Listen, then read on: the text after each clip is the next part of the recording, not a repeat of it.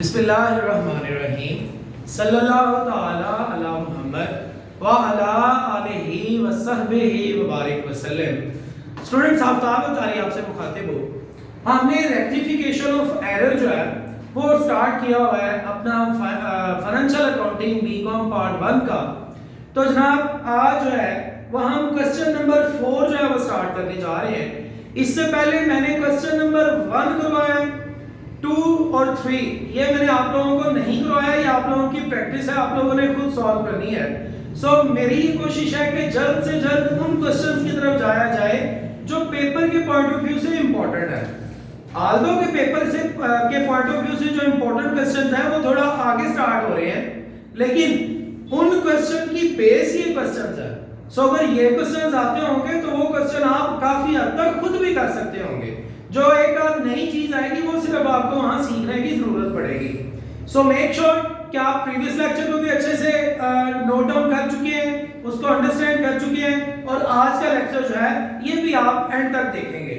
हाँ, एक चीज और, आप अगर बैंक रिकॉन्सिलिएशन स्टेटमेंट की जो है वो प्रैक्टिस करना चाहें, आपके सामने लिंक मौजूद होगा, आप उस पर क्लिक करके तो bank reconciliation statement with the help of revise cash book जो पेपर के पॉइंट ऑफ व्यू से इंतहाई अहम है, उसके सारे क्वेश्चन मैंने 1 बाय 1 करवाए हुए हैं। आप उनको अच्छे से देख सकते हैं, including introduction.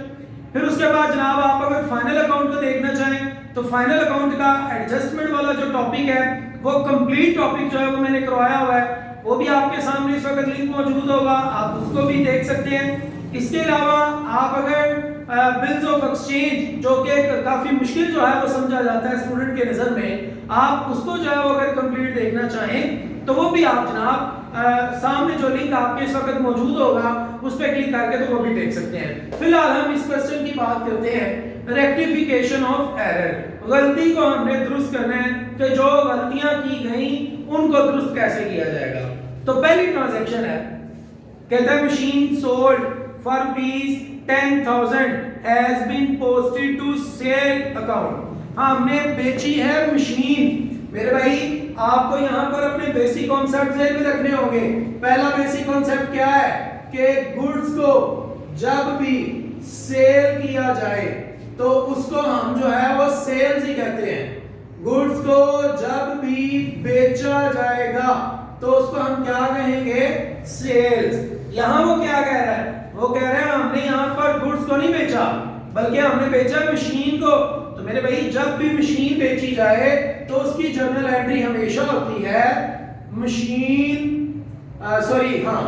Cash account debit और मशीन अकाउंट क्रेडिट। हमने क्रेडिट किसको करना होता है? मशीन को, क्योंकि मशीन जब बेचेंगे तो मशीन हमारा एसेट है, एसेट की वैल्यू कम हो तो हम उसे क्रेडिट करते हैं। वो कह रहे हैं आपने जो गलत काम किया वो पता क्या किया? ये वाली एंट्री दुरुस्त थी, लेकिन आपने जो गलत एंट्री पास की वो आप लोगों ने एंट्री पास की जनाब कैश अकाउंट डेबिट और सेल्स अकाउंट क्रेडिट। ये आपने गलत किया। क्यों गलत है? क्योंकि हमने बेचा क्या है? मशीन को। मशीन हमारा एसेट है, एसेट की वैल्यू जब कम हो या एसेट में कमी हो तो हम उसको क्रेडिट करते हैं। हम सेल्स को तो उस वक्त लिखते हैं जब क्या बेचें? गुड्स को। तो हमने भी तो गुड्स को तो नहीं बेचा, सेल तो एक रेवेन्यू है, जबकि हमारे तो एसेट में कमी हो रही है। लिहाजा हमने मशीन को क्रेडिट करना था लेकिन हमने सेल्स को क्रेडिट किया जो कि गलत है। अब हम इसको जब दुरुस्त करेंगे तो देखें हमने सेल्स को क्रेडिट किया है, हालांकि उसे क्रेडिट नहीं था करना। तो अब आप सेल्स को क्या कर दें? डेबिट कर दें, क्योंकि आपने सेल को क्रेडिट नहीं था करना। और आपने क्रेडिट किसको करना था? वो आपने क्रेडिट करना था मशीन को, आपने उसे क्रेडिट नहीं किया, अब आप उसे क्रेडिट कर दें। जनाब ये हमारी रेक्टिफिकेशन की एंट्री है। हमने मशीन बेची है तो मशीन को क्रेडिट करना है, हमने गलती से सेल को क्रेडिट कर दिया। सो सेल को डेबिट करके तो जो गलती से क्रेडिट किया था वो खत्म किया, और हमने जो है वो असल में मशीन बेची है तो हमने मशीन को क्रेडिट करना था जिसको हमने क्रेडिट नहीं था किया। अब हम क्रेडिट कर चुके हैं। इसकी आप नरेशन लिखेंगे, sale account was wrongly credited। Sale account को गलती से क्रेडिट किया था नाउ रेक्टिफाइड। अब हम उसको दुरुस्त कर चुके हैं जी। दूसरी ट्रांजैक्शन स्टूडेंट्स हमारे पास है। दूसरी ट्रांजैक्शन में वो कह रहे हैं ₹5000 withdrawn by proprietor for personal use has been debited to trade expense। भाई जाती इस्तेमाल के लिए जब भी पैसे निकाले, हमने तो पढ़ा हुआ है कि उसको क्या कहते हैं, उसको हम कहते हैं ड्राइंग। तो हमने तो जर्नल एंट्री पास करनी थी, ड्राइंग अकाउंट डेबिट और कैश अकाउंट क्रेडिट।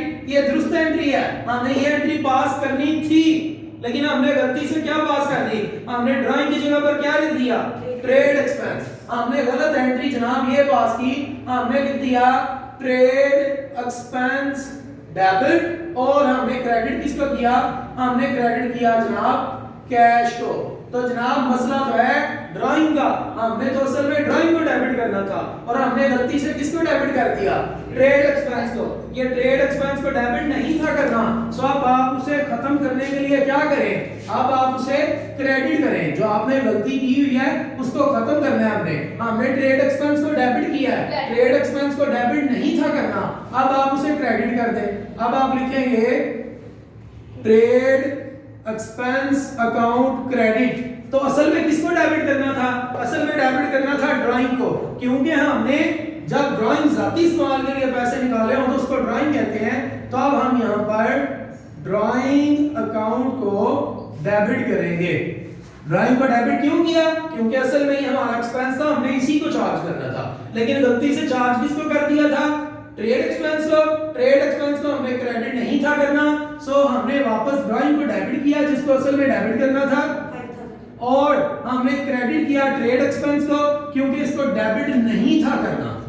यहां पर भी दो गलतियां की हुई हैं। एक गलती है कि ट्रेड एक्सपेंस को आप खामखा डेबिट कर रहे हैं, और दूसरी गलती है कि आपने ड्राइंग को डेबिट करना था और आपने किया ही नहीं है। तो जिसको आपने नहीं किया उसको आपने अब डेबिट किया, और जो आपने गलती से डेबिट किया उसको पकड़ के आपने क्रेडिट कर दिया ताकि वो खत्म हो जाए। इसकी रिलेशन हम क्या लिखेंगे, लिखेंगे drawing expense was normally charge to trade expense now rectified. Students आप जो है वो नरेशन आप अपने अल्फाज में लिख सकते हैं, वो जैसी भी हो। आप यहाँ पर बहरहाल जो मेरी सजेशन है वो ये लिख लीजिएगा कि हमने ड्राइंग को गलती से किसको चार्ज कर दिया था, ट्रेड एक्सपेंस को, नाउ रेक्टिफाइड। तो लिखेंगे drawing account was normally charged to trade expense now rectified. Next बेटा हमारे पास है, कहता है cost of repair of 500 has been charged to machinery account। भाई रिपेयरिंग है, रिपेयरिंग तो आपका एक्सपेंस है, तो आपने तो एंट्री पास करनी थी रिपेयरिंग अकाउंट डेबिट। हमने रिपेयरिंग करवाई है तो रिपेयरिंग अकाउंट को हमने क्या करना था, डेबिट करना था, और हमने कैश को क्रेडिट करना था।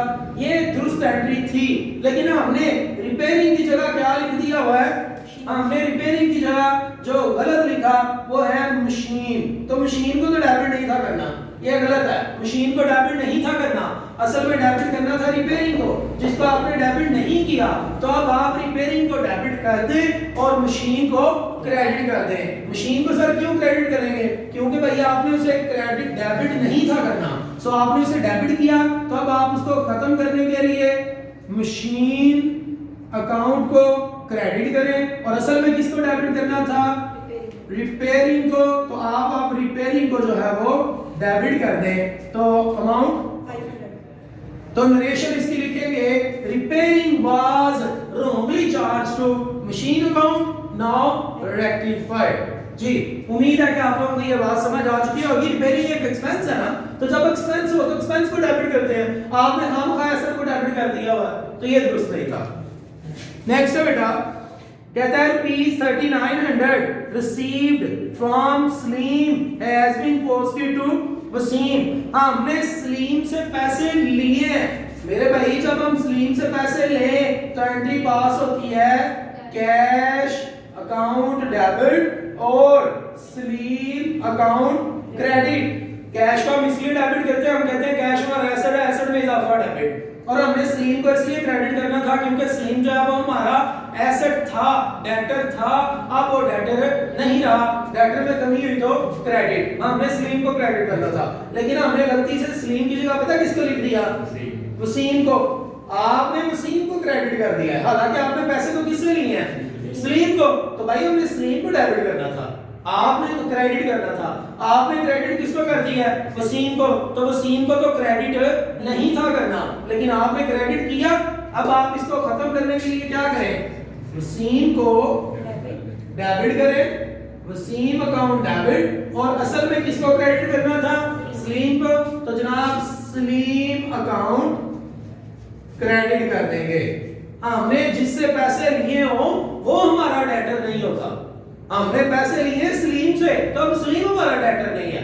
हमारे एसेट में सलीम की कमी हो रही है और हम कमी कर रहे हैं वसीम में। हमने तो वसीम से पैसे लिए नहीं है, वसीम तो हमारा अभी तक एसेट है, वो तो डेबिट ही रहेगा। आप उसे खामखा डेबिट क्रेडिट कर रहे हैं। आपने पैसे लिए सलीम से, तो आप सलीम को क्रेडिट करें। तो सलीम को क्रेडिट नहीं था किया, अब हमने सलीम को क्रेडिट कर दी है। और हमने असल में गलती से किया था वसीम को क्रेडिट, जिसको क्रेडिट नहीं था करना, तो वापस उसे हमने क्या कर दिया? डेबिट 3900 से।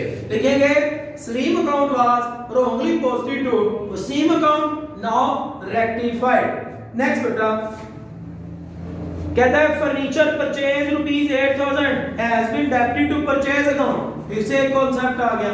कॉन्सेप्ट क्या है जनाब? कॉन्सेप्ट ये है कि हम जब भी, यहां लिख लेते हैं जी, कॉन्सेप्ट ये है कि हम जब भी गुड्स को खरीदें, हम जब भी गुड्स को खरीदें तो उसको कहा जाता है परचेजेस। हमने तो परचेजेस लिखना होता है जब भी गुड्स को खरीदा जाए। हमने परचेजेस को सर क्यों लिखना होता है? क्योंकि परचेजेस एक एक्सपेंस है, और एक्सपेंस जब भी बढ़े तो हम उसे डेबिट करते हैं। अभी भी आपने क्या खरीदा? फर्नीचर। तो आपने तो फर्नीचर को डेबिट करना था, और आप किसको डेबिट कर रहे हैं? परचेजेस को। परचेजेस को तो उस वक्त डेबिट किया जाता है जब हम क्या खरीदें? गुड्स। तो अभी तो गुड्स नहीं खरीदे, अभी तो फर्नीचर खरीदा है, और फर्नीचर तो हमारा एसेट है। तो एसेट में जब इजाफा हो तो हम उसको डेबिट करते हैं। सो हमने फर्नीचर को डेबिट नहीं किया, अब आप डेबिट करें। जो चीज आपने खरीदी है वो आपका एसेट है, और आपने उस एसेट को डेबिट करना था। आपने कहना था फर्नीचर अकाउंट डेबिट, कितने से? 8000। और आपने फर्नीचर की जगह गलती से क्या लिख दिया जनाब? आपने फर्नीचर की जगह लिख दिया परचेजेस। तो हमने परचेजेस को तो बिल्कुल भी क्रेडिट नहीं था करना, सो अब हमने डेबिट नहीं था करना वहां पे, तो हमने वहां डेबिट किया है। हमने जनाब जो मेरे जर्नल एंट्री गलत की, वो गलत ये वाली एंट्री पास की। हमने एंट्री पास की परचेजेस अकाउंट डेबिट, जो कि गलत था। हमने परचेज को डेबिट नहीं था करना, हमने तो डेबिट करना था फर्नीचर को। सो फर्नीचर को डेबिट कर दिया क्योंकि एसेट में इजाफा हुआ, और परचेज को डेबिट नहीं था करना, उसको हमने क्रेडिट कर दिया। ये जनाब हमारे पास जर्नल एंट्रीज की भी पास हो गई। लिखेंगे purchase of furniture was wrongly charge to purchases account, now rectified. हमने फर्नीचर खरीदा और गलती से परचेज को चार्ज कर दिया, अब हम उसको दुरुस्त कर चुके हैं। लास्ट जर्नल एंट्री है बेटा हमारी, कह रहे हैं 9500 paid to Nasir has been debited to, इससे ऊपर वाली है जी, सॉरी बेटा, सेकंड लास्ट एंट्री है, वो जरा दोबारा देख ले। कह रहे हैं purchase of goods from Arshad ₹4000 has been omitted to record in books. हमने अरशद से चीजें खरीदी हैं और हम एंट्री ही पास करना भूल गए, सारी की सारी एंट्री पास नहीं की। हमने खरीदी है गुड्स, तो जब हम गुड्स खरीदे तो डेबिट तो हमेशा किसको करते हैं? परचेज को। ये देखिए अभी आपको बताया था कि गुड्स को जब भी खरीदे तो हमने इसको परचेज कहना है, और परचेजेस एक एक्सपेंस है, तो हमने तो परचेजेस को डेबिट करना था। और किससे खरीदी? अरशद से, तो हमने अरशद को क्या करना था?